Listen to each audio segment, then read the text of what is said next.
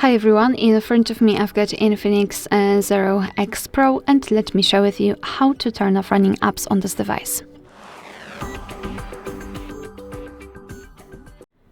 So it is a temporary way. I mean, it does not do a deep clean. It just turns off the apps which are right now opened.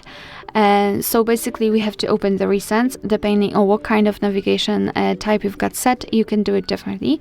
If you've got the 3 buttons navigation, simply tap on the button with a square icon.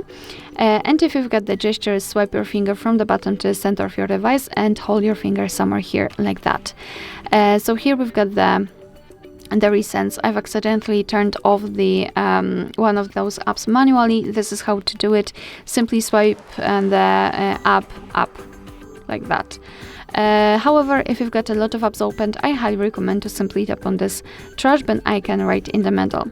After getting back, we've got this information. We can open the recents to check, and sometimes your device will leave one of those apps opened for some reason, but no worries. All you have to do is to manually turn it off.